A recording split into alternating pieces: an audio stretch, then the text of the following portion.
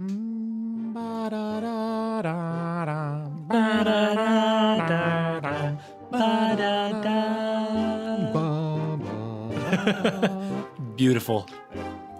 What's going on, everybody? Welcome to Franchise Unpacked. My name is Zach. And this is Dave. And today we are, we are diving into some prehistoric... Some meaty stuff. Some Mesozoic. We are here. You'll have to forgive Zach. He's got a little bit of a cough or a little... Yeah, I have... verklempt. I'm a little verklempt. So, okay, this is not anything even close to franchise related. Yeah. But, you know, the past, month and a half, really, I've been, fighting off something. And then over the weekend, I was like, okay, cool. I'm finally starting to feel a little bit better. Wrong. And then, yeah, totally wrong. Last night, I'm tossing and turning, and I feel like I'm getting stabbed in the ear. So I went to the doctor today. He's like, yeah, you have an ear infection and a little bit of a throat infection. And I'm like, well, this is perfect. This is wonderful. Yeah. So if I sound a little under the weather, it's because I am. You sound great. Oh, and yeah, I just wanted you, to, preface that because I know you would never say anything. I wouldn't. Just so everyone's aware. But Zach's a trooper.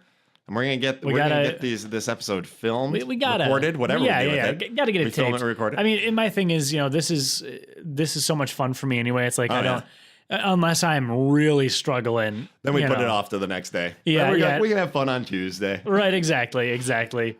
But yeah, like you mentioned, we are doing some prehistoric digging, some archaeological. I don't know, but yeah. This week's episode is Jurassic Park. I was waiting. I saw the look in your eyes. I was like, the music's coming. Yep. The music is coming. You have to. But yeah, Jurassic Park originally started off as a novel. Not a lot of people are aware. Sure. In 1990. Yeah. Michael Crichton. Michael Crichton, yeah. R.I.P. Wonderful. And a little fun fact, he also wrote Westworld. Really? That was one of his first novels and first films back in the day. I vaguely do remember that. Yeah. Early 70s or very late 60s. Yul Brynner is in the film, and Yul Brynner was the King and I. He's the bald dude from that. I don't know if I've ever seen original King from The King and I. Yeah. Huh. German actor, but yeah, Westworld. So Michael Crichton clearly has a thing for theme parks running amok. Yeah. You can definitely tell from a sci-fi element. And for those of you who don't know, Westworld is about basically super realistic cyborgs who run a cowboy. You can do whatever you want there. Right, yeah. It's like you can... Guess what? It's a great show. Oh, wait. Well, the first season was a great... I want to see the second season. I started watching it, and it was... I heard that I think the shows might be done. Really? I don't know. That might be, yeah. I think they're doing a third season, but the second season did so poorly. Well, it was not received. I watched, well. and I know this isn't Jurassic Park, but I watched the first 4 episodes, I think, or 3 episodes, and it was too intentionally confusing. You never knew where you were when you were. Really. And I was like, I want to still enjoy a show. I don't want it to always be a mental workout. Oh, yeah. Which is where something like Mr. Robot walks that line perfectly, where it's a little bit of a workout, but you're still enjoying it. It's on USA, not on HBO. Digression. But yeah, so Michael Crichton definitely has a thing for theme parks running amok. And Universal bought the rights the year the book came out in 1990. But they didn't option it. They held on to it for a couple of years, probably just waiting to see option it to Steven Spielberg in 1993. And the rest is history. Well, and the thing is that James Cameron was actually going to direct it. He wanted to bid on directing it, and I guess Spielberg beat him to the punch by 3 hours. He got to that bid just before him, and I forget, there was a YouTube channel that was talking about it, but apparently James Cameron is quoted as saying, "My Jurassic Park would have been more violent, probably closer to the book." But he said Spielberg's was better. Well, it would have been better. What I look at that thinking that James Cameron in, let's say, the early 90s was fresh out of. I mean, he had done Aliens in the mid-80s, which was a huge, awesome action movie. Terminator is his bag. Wait, he was Terminator? Oh, he's the original. Yeah, really? Terminator 1, 2. I think he's the producer of 3. Man. Yeah, he created. That needs Terminator. to be a franchise for us too. I love. Oh, absolutely. Yeah. But he is far more of that. And then he had done The Abyss. I think The Abyss might have been later in the 90s. But he's definitely more of that action-packed. Sure, It was pre-Titanic, but still, he's that. Right. He is. I wouldn't have been afraid of definitely a director who could handle a franchise of this level. For sure. That doesn't freak me out at all. But like you said, Spielberg, there's just something. And it's hard to top Spielberg. I mean, it is. When it comes to a blockbuster type movie like that. And that kind of brings me to one of my notes this morning when I was taking a few notes and eating my breakfast before I went to work. I was thinking about Spielberg movies, and we had just watched Indiana Jones a couple of weeks ago. Right. And I was like, why do I love Spielberg so much? Why is he so fantastic? And what I really love is in E.T. and all these movies that he does, there's always those scenes of panning through the set. Yeah. And just paying close attention. And you'll notice in like Stranger Things does it too, which they're obviously taking off of him. Oh, absolutely. Clearly. Yeah. Stranger Things is they'll a Spielberg pan through homage. the room.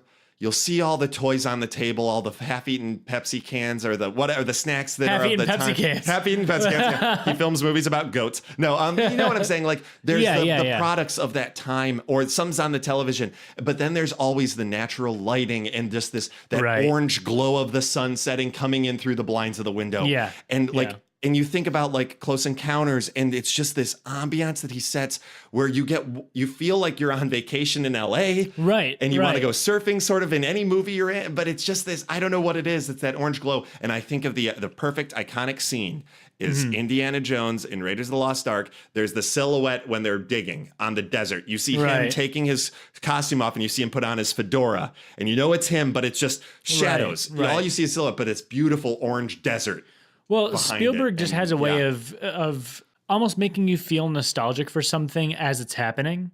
Yeah. And I think that's one of the big draws to his movies. And that's, you see, obviously, he has the Spielberg Oneer named after him because he's so good at doing those long takes, perfectly motivated camera movement. And to Jurassic Park's effect, the Brachiosaurus reveal when they're all in the Jeeps.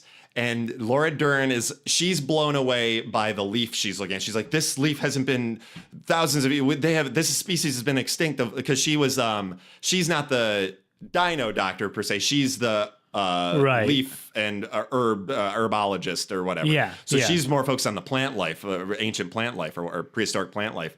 And she's blown away. And you just see, they never show the dinosaur. They show everyone in the car's reaction. And he just keeps it. And you see Sam Neill taking off his sunglasses, just staring at something. It's like that classic GIF. And turning her head. And you see Ian Mal, like they're all just literally their breaths. And you as an audience member are like, show me. What are they looking at? Yeah. What are they looking at? And they're looking at some of the best CGI. I'm going to say it right now, hot take, to this day. CGI that still holds up is better than other movies. And it's because, and this is just from like a filmmaking, like technical perspective. So this was one of the first movies to really do a CGI animatronic mix. Yes. And they knew when to switch it out, because the thing is, any decent filmmaker will be able to know that if you're trying to do CGI, you need to have practical mixed in with that. Because if somebody shoots a bullet at the ground, you can fake that, absolutely. But if you have a fake laser, for example, shooting at the ground, and you actually have some dirt and dust kick up, that laser effect is sold. One of the best things, a good example of what you're talking about, check out any special features of like the Avengers movies, especially when Mark Ruffalo or Thanos, what's his name? I don't know. When their actors are on set and they're filming them, they wear these literal Hulk head or Thanos heads above them, and so it looks hilarious. You see Mark Ruffalo running around in a little blue screen suit, but with this thing. But you realize like they're doing that because the other actors need something to look at. They need a reference. They need a reference, and there are times when it's being touched, or they're like, say Thor like pats him on the shoulder or something. Or there's the scene where he's wrestling him and you see Thor on his back from, I think, one of the first Avengers movies.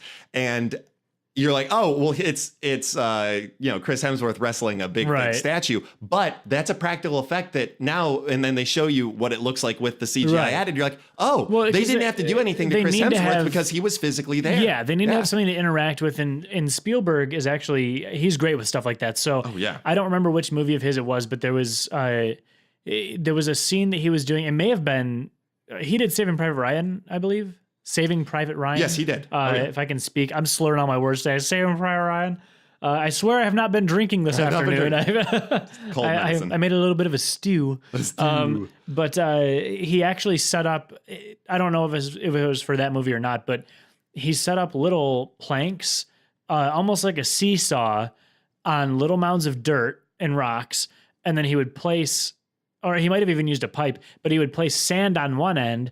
And then the actors, when they were running, would kick the other end, and dirt would spray up behind them, and it looked like bullets hitting the dirt. Okay. So, he does there's a lot of that in Jurassic Park as well, where, the kind of like guerrilla practical effects. It almost is, yeah. Because it's like, Steven, you could afford a device that kicks up sand. Oh, sure, yeah, like a squid, yeah. Make it practical still. But he's like, nah, we'll just kick it with our feet. Right, exactly. Well, and that's, that gets the timing of it perfect. And when he made this animatronic T-Rex, they originally were planning on doing stop motion with it. That's what I heard. Yeah, that would have been weird. I saw some screen tests for it, and it did not look great. It would have looked like a Land of the Lost, the old Land of the Lost. Well, and it was, so for those of you who don't know, Jurassic Park was the movie anyway. The reasons that Spielberg wanted to do it so badly is he wanted to recreate kind of the feel of the old King Kong movie. Absolutely. And that's on Skull Island. Yeah, and T-Rex. And some of that animation style of like that claymation type thing, that was how those movies looked. But when he started to see those tests, obviously he didn't want to go that direction. So they did this mix where they had this real live animatronic on set of this giant T-Rex, which actually was not able to function properly in the rain. Really? Steven Spielberg has real problems with animatronics in water. Oh, yeah. He's like, we got to stop building robots and putting water with Jaws. And that was like... and it was so funny too, because like even all and I guess the rain, like anytime that it would get waterlogged, it would start to like twitch and like do things on its own, and it would like scare the cast and crew. Well, that's such also an iconic scene when he's snapping the wires and in the rain, and you finally see him stand up and do his like roar. Oh man, I'm getting chills just thinking about it. It's such a good movie. Well, even down to the roar, they did a lot with sound design for that, like. It was all actual animal noises. Like lions and walrus. It was how they did like Chewbacca. They combined a bunch of crazy animals. And the funny thing is, I've read so many articles, they're like, the scientists are like, it wouldn't even sound close to that. Like, we know what their vocal cord structure looks like. It would actually sound more like high-pitched screeching and cawing, because they were... And I know they're showing now recent pictures of what T-Rexes. They were basically birds with mullets. Big chickens. Hilarious looking chickens. So I mean, they'll still rip you to shreds, but I'm glad Spielberg, we weren't that far along. I got a question for you. I just looked something up. So this was the first time they had done like the CGI real life hybrid mix. Right. In only just a couple years prior was the very first use of CGI in a film at all, was Beauty and the Beast. The scene, the ballroom scene when they're dancing, that whole shot is CGI when it pans around the ballroom. Is it? And it was the very first use of CGI in an animated sense. Sure. And so I'm wondering, because they had bought the rights in 1990, they were probably still farting around with claymation or stop motion, and we're like, Beauty and the Beast comes out, and they're like, oh, we can do CGI. Spielberg, can we do this? And he was probably like, yeah. But we've got to have a practical effect. I'm wondering, I know the velociraptors in the kitchen scene were mostly puppets. Yeah. Because a lot of the time you're only seeing half their body or their head. So it can get away with that, or just the claws, which I heard were just gloves, Yeah. But like, especially when the raptor learns to open the door. Yeah. But there was CGI. I know when they jump up on the thing and when it charges at the oven or whatever. But it still looks so clean. Yeah, it looks so good. It looks so good. Well, even in comparison, like so many modern movies, I feel like they overdo it with the CG, and it's so noticeable. Oh yeah, we'll kind of go into because Lost World was the second one, and Jurassic Park 3 of that kind of original trilogy, I'll call them. Yeah, and it's been so long since I've seen 2 and 3. I've seen them once or twice each, because they're just not. 2 still had the practical effect feel. It didn't look bad, but then by 3 they started having all the flying, like pterodactyls and stuff. Yeah. And it just started looking like garbage. I don't want to backtrack too far, but as far as the first movie goes, there's one more thing that I wanted to touch on with like the CG and animatronics. So any scene that had like some heavy CG going on in it, they actually did that with like a clay animation first. So you can find videos of, what's the character's name with the flare? Dr. Ian Malcolm. Ian Malcolm, yeah. He's got the flare, and it's all in claymation, and they used it, and it's almost a beat for beat, frame for frame, like a remake. storyboard almost of it. Yeah, which is really just a brilliant way to test that type of stuff and see if it works. But yeah, anyway, like you were saying about 2 and 3, they just started jumping the shark with story. They started trying to bring there was always the underlying idea that there's like either the government wants to come in and weaponize the creatures. Right. But in Jurassic Park 1, they never go into that. The movie was it was almost like this movie could be a one-off. We don't need to worry about all that extra crap. Yeah. Then in 3, I remember the plot is there's a boy on his birthday and he's parasailing off the aisle. I don't know if I've ever even seen 3. If I'm being honest, for some stupid reason, this kid, they let him parasail near the island, and of course it goes wrong and he gets trapped. Yeah, that sounds like a good idea. And then they send it, and I remember Vince Vaughn's in the movie.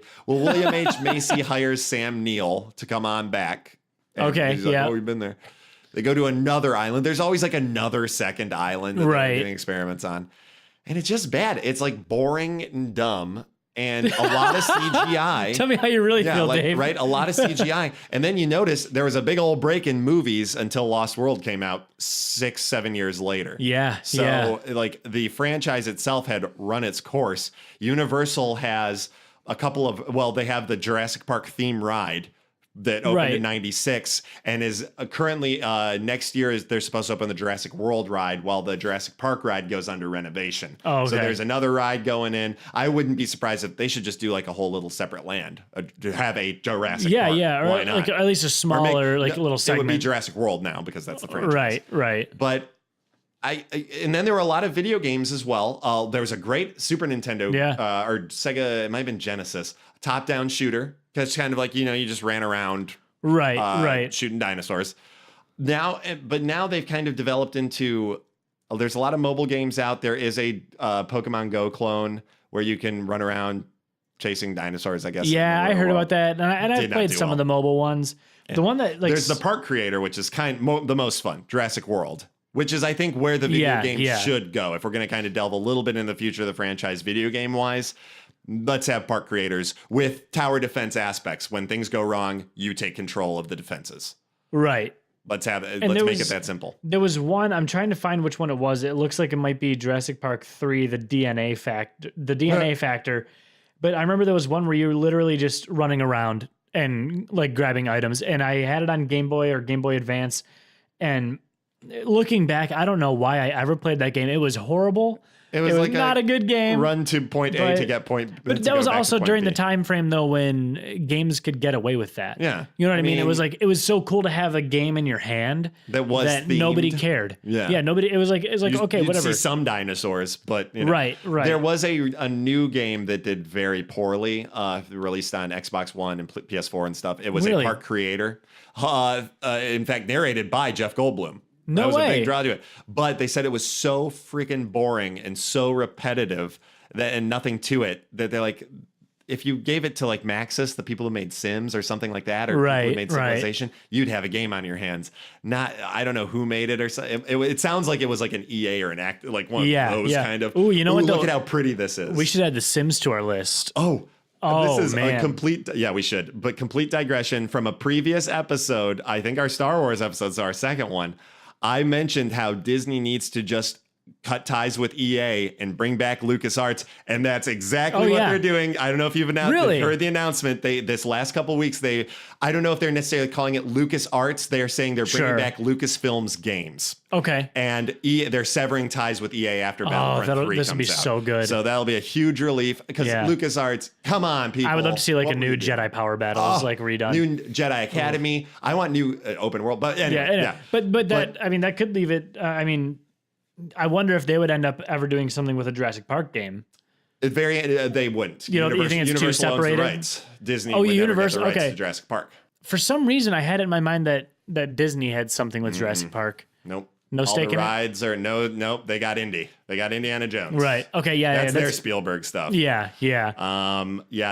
Which is a shame because they would have, if Disney owned, we would have Jurassic World as a fifth park or something. There would be a separate, a 14-acre, kind of like Harry Potter World or Star Wars Galaxy's Edge. How that. So I guess that kind of brings us a little bit into the present of the franchise with Jurassic World and Jurassic World Fallen Kingdom.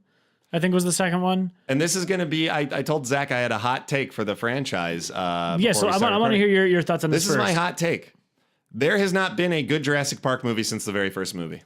Period. Oh, snap. Okay. End of statement. Yeah, really? You think so? Absolutely. Did you think Jurassic World was good? So here's what I felt about Enough Jurassic to World. see twice in theaters. I consider something great, like worthy. I would see Jurassic Park 1 in theaters twice, or like a Star Wars movie twice. Sure. No. I've seen Jurassic World a total of once.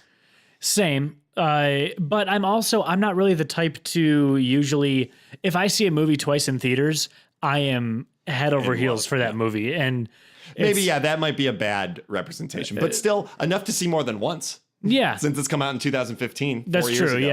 Yeah. My thing with Jurassic World is I don't think it was a great film.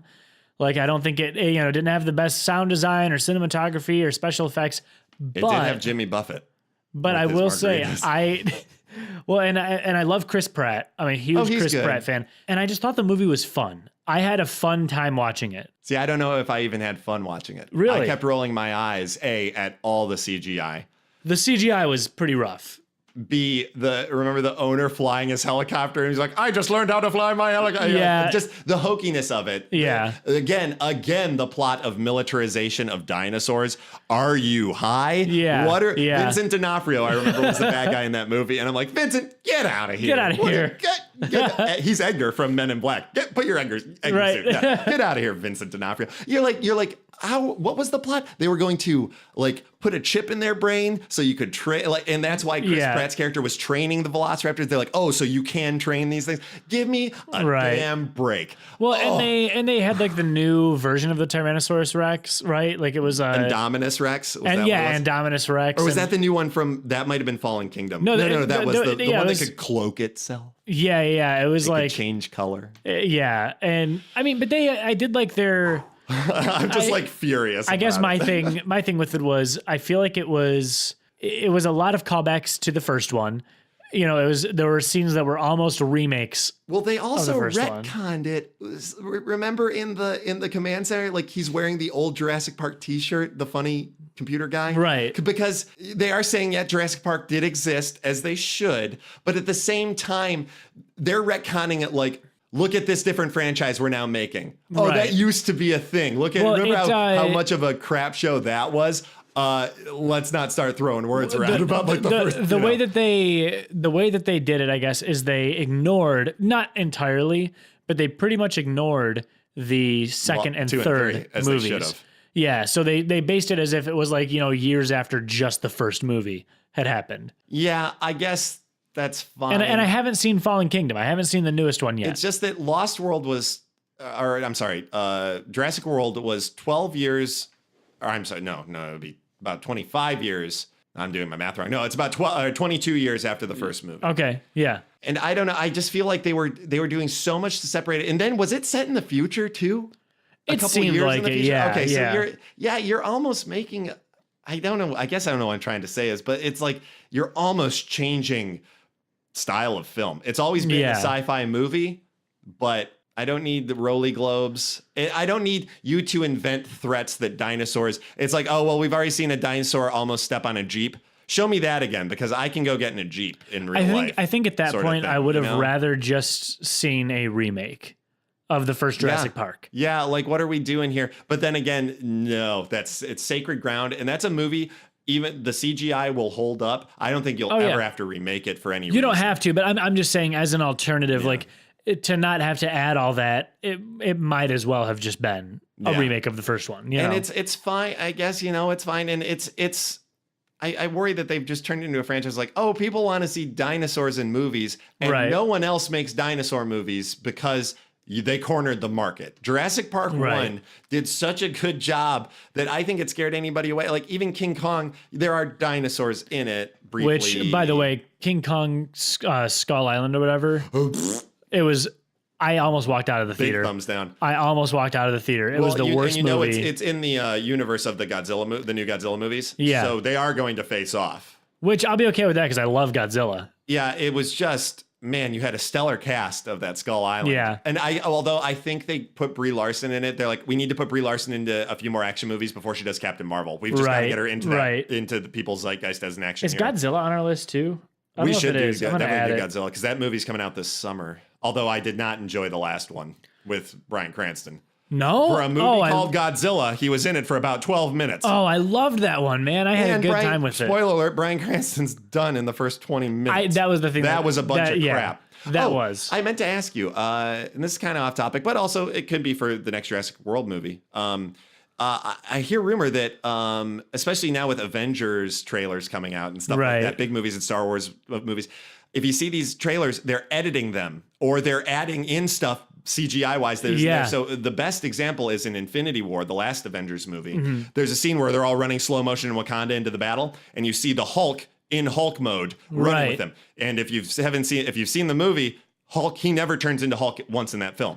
Right. He's in the Iron Man Hulkbuster outfit, but for the trailer they couldn't show you that ahead of time. Right. So I was wondering, do they have just teams of people, like a 15-man CGI team? Like, we lie to you, and our only job is to create fake trailers. It's or like probably alter the they trailers. probably just farm out, a couple little scenes, and they figure out what they want to do. Yeah. A lot of times they'll just erase stuff. There's the scene I remember again in Avengers where Thor he gets his new weapon and it strikes with lightning and he comes up. In the trailer, they just showed him he was just getting struck, but nothing was being stricken by lightning. Right. So, but I digress. I think they did that in one of the last, the Fallen Kingdom. There was something, and I wanted to bring that up, but I can't remember exactly what it was. I think it might have been just a scene that got deleted, but we're bad bringing that up. Fallen Kingdom. We're bad podcast hosts, folks. We have not seen. Yeah, we not that we were necessarily lazy about it, but.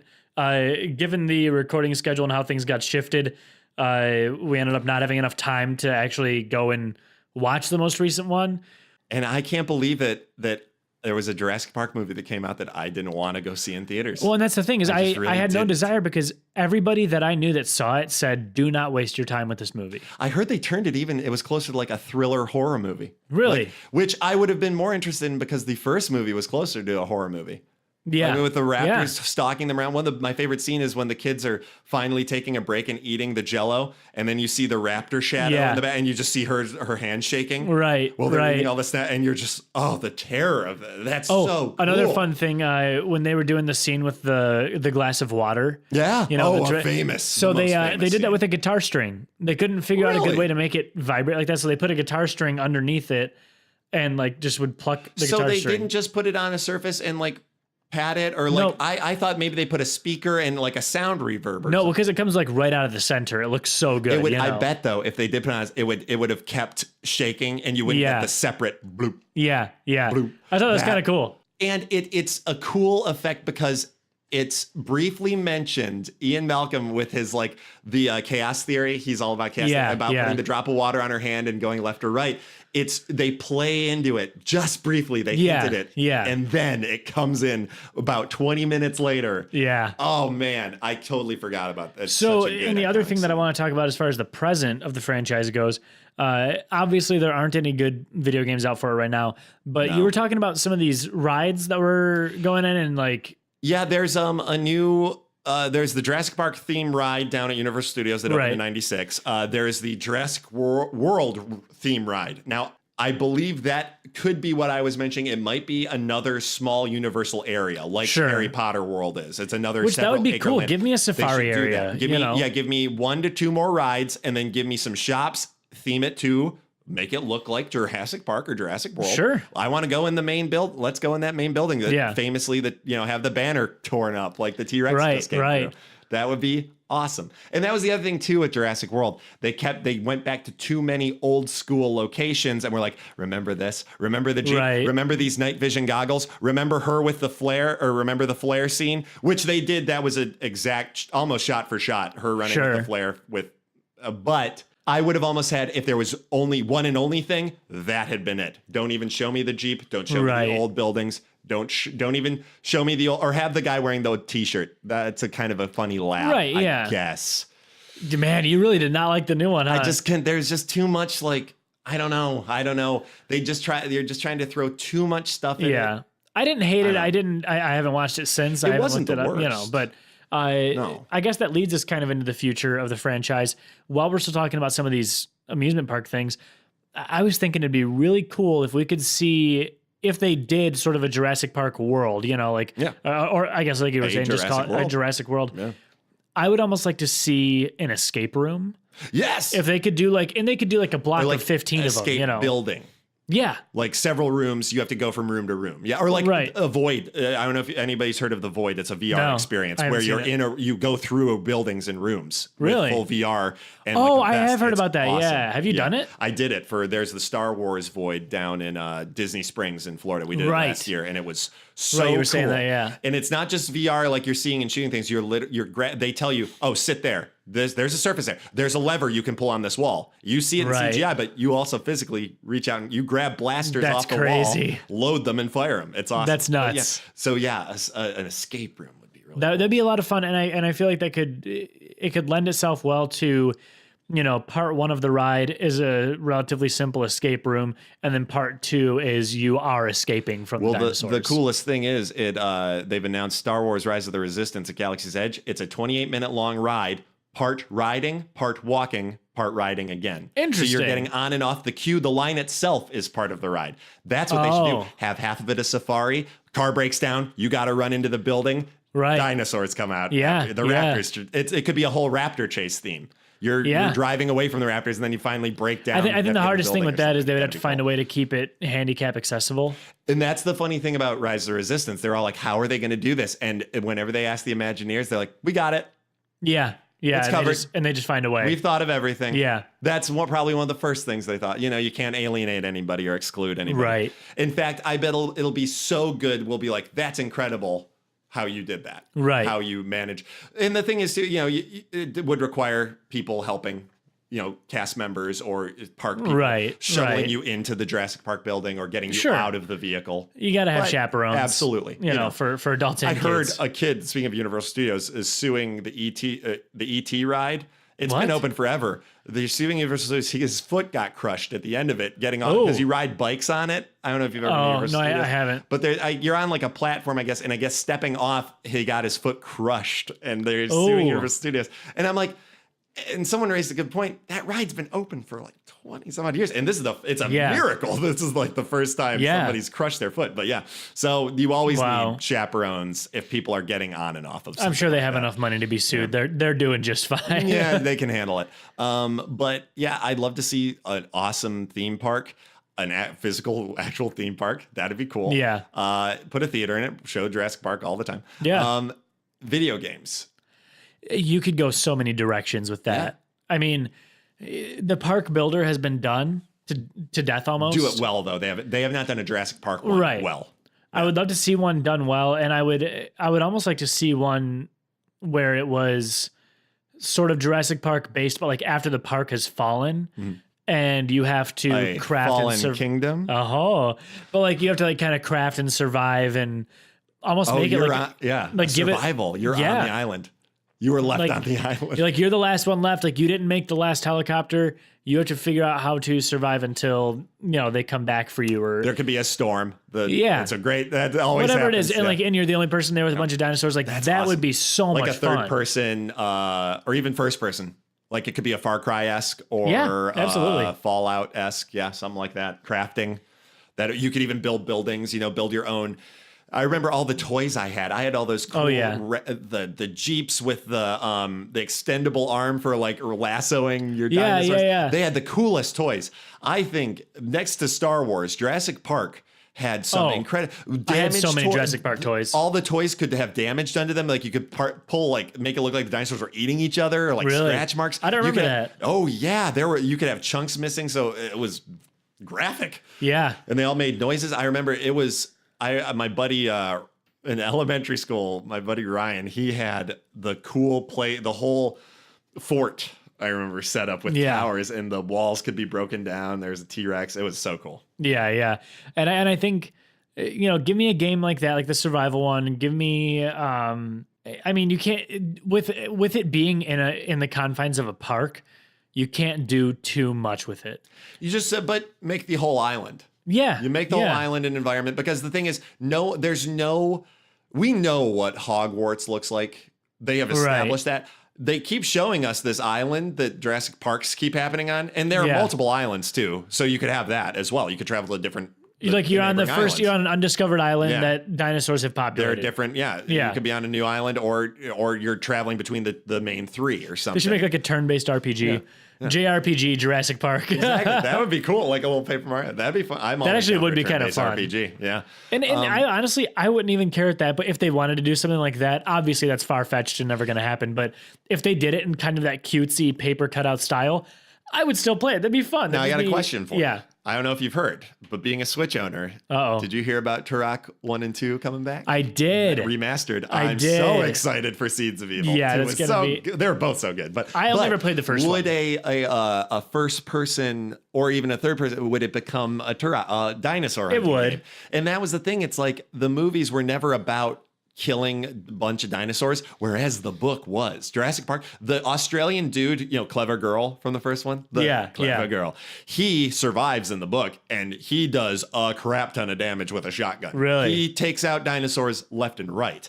They clearly didn't want an R-rated movie, right? I'm guessing. And it's just like, you can do so much with so little violence. You can always have the threat. Like, I remember when he's being hunted by the velociraptors, you're like, oh, we might actually get to see someone shoot a dinosaur in this.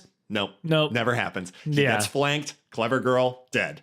But even when you hear the shooting, it's Hammond on the radio. It's never seen. He's like, no, don't shoot them. And you hear him like, they're coming through the doors. And he's like, stop, which is crazy. That's the third act of the film. And Richard Hammond is still trying to protect his babies who are killing everybody, who have gone crazy. Right. So it's amazing. Oh, little fun fact. That is Richard Attenborough plays him. Do you know who his brother is?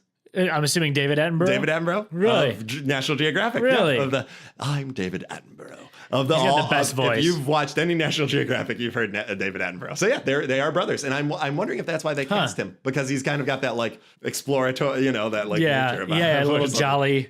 Jolly English eccentric who would be into safaris still, a safari man. The British are so good at colonizing, doing that sort of thing. There it is. We're sued by the British government, not Disney. We haven't been sued by Disney in a few episodes. We've been trying to take it easy. I wonder if they ever even put in a bid for Jurassic Park.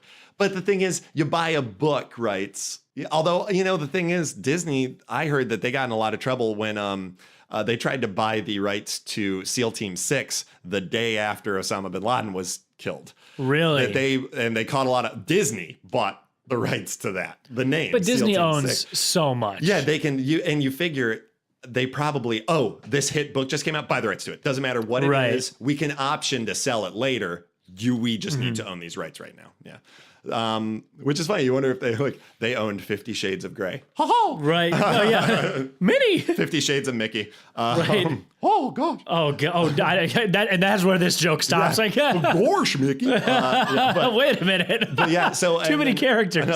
Well, it gets weird. There are 50 Shades of it. Speaking of future of the franchise as well, back to Jurassic Park. Jurassic World 3, still untitled, just working title Jurassic World 3, comes out in 2021. Is Chris Pratt still going to be? Yes. Okay. Chris Pratt he's tied onto that hog. Yeah. I do love Chris Pratt, though. I mean, he's great. I worry, though, I didn't want him to become the flash in the pan. Yeah. Because it was like he was so hot for these last few years, and now it's all we're seeing is him finish up his franchises. And I worry that we won't get him again. Yeah, no, it's.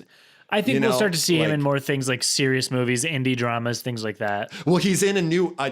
He was in The Magnificent Seven, which was great, and he's in a new one by the same maker, another cowboy movie called. I think it's called The Kid or Billy. It's about transporting of Billy the Kid to his hanging, basically. But they've got to go through a lot of territory and a lot of towns, and a lot of people are pissed at Billy the Kid. So their job is to at all costs protect this criminal Right. from good people. And Ethan Hawke's in it, but Chris Pratt plays the main bad guy, and he's got a big bushy beard, Right. and he looks real. He's like, I need to look that up. Talking, and I'm like, Chris Pratt, a vicious bad guy, like violent. So it's a turn for him, which I've never seen before. And so I guess in conclusion, you guys, I want you guys to send us in. If you guys have time, I would love it if you could send us in some of your favorite moments of Jurassic Park and defend the other movies to me. Convince me to see Falling. You know what? Yeah. This is the first franchise I've been like iffy on. Not iffy, but like pissed. Yeah. Well, and if we get enough responses, we could do a mini-sode on your guys' responses. So please, let us know how you guys are feeling about it and defend it. That's a great point that I did want to bring up in our mini-sode. The more questions and comments, we can start doing write-in episodes, Q&A, mailbag episodes. And we would love to do that. We would love to start, answering, getting some of your feedback, hearing about more franchises you guys would like to. In fact, and tell us what you would like to see with the future of these franchises. Stuff we've missed. I know we're real good at coming up with ideas, but we're all about the video game ideas, so I think that... What would you like to see from a third Jurassic Park movie, though, right before we sign off? To be honest, I kind of don't want to see a third Jurassic. Not because I think it's bad, but just because I think the story has been told. Well, from what I understand, in this most recent, it looked like they brought more dinosaurs into not off the island, which is, spoiler alert, never a good idea. I mean, I guess if I had to say anything, I would love it if they would take it in a dark, almost post-apocalyptic direction. Ooh, I did hear rumor that that's what they were trying, it will become a true Jurassic World. Oh, really? That's what maybe because we didn't see Fallen Kingdom, maybe there's stuff that goes on in that. Well, they're all escaping the island. A lot of the dinosaurs got off of it. Right. So I think that the idea is, because there's that scene where all the surfers are in and you see the big, huge, crazy dinosaur. Which was awesome. That was a cool part at the end in the Jurassic World, the swimmy monster dinosaur. But yeah, I'd almost like them to maybe just go back to the original and firebomb it. Let's end this. Yep. For a few years, let's let a new theme park open up and then reboot the series in 10. Yeah. Yeah, give it some time. Maybe even 15. Give it some time. Or a Netflix series.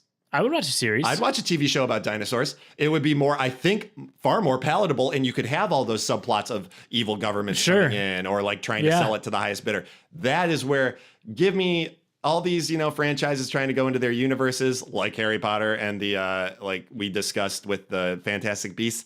I'd rather see a TV. Give me 8 seasons, and then you can dive into all the crazy characters nobody gives a crap about. I don't know if we talked about this or not yet. Did we talk about Fantastic Beasts? Yeah, on our Harry Potter episode we did. Okay, because I hadn't seen it at that point. I watched the first one. Oh, yeah. Couldn't get through it. Yeah. Could not make it through that movie. Kind of a bummer. It's a bummer that that's the route they decide to expand the universe in that direction. But again, write us an email about it. Tell us why you love it. And you guys, we know that we poke fun at some of these movies and franchises, and we're lovers, not experts. So we're probably poking at fun at stuff that we're wrong about. Yeah. So, but we just really appreciate you guys listening and you guys joining us for these episodes. Yeah. Please remember to rate us on iTunes, subscribe, share, all that good stuff. Check us out on Instagram. Yeah. Big things coming. If you listen to the mini-sode we just released, a lot of information on that. Got a lot of contests, a big contest coming up. So check out our mini episode and stay tuned. Yeah. And we will see you guys next week. Catch you later. Thank you so much for joining us, everybody. The next franchise we'll be unpacking is Power Rangers. But in the meantime, feel free to drop us a line with any questions, comments, or future episodes at franchiseunpacked@gmail.com. Also, be sure to subscribe to us on iTunes, Stitcher, Google Play, Spotify, and Instagram. And be sure to share so we can keep these episodes coming your way. Thanks, everybody. We'll see you next time.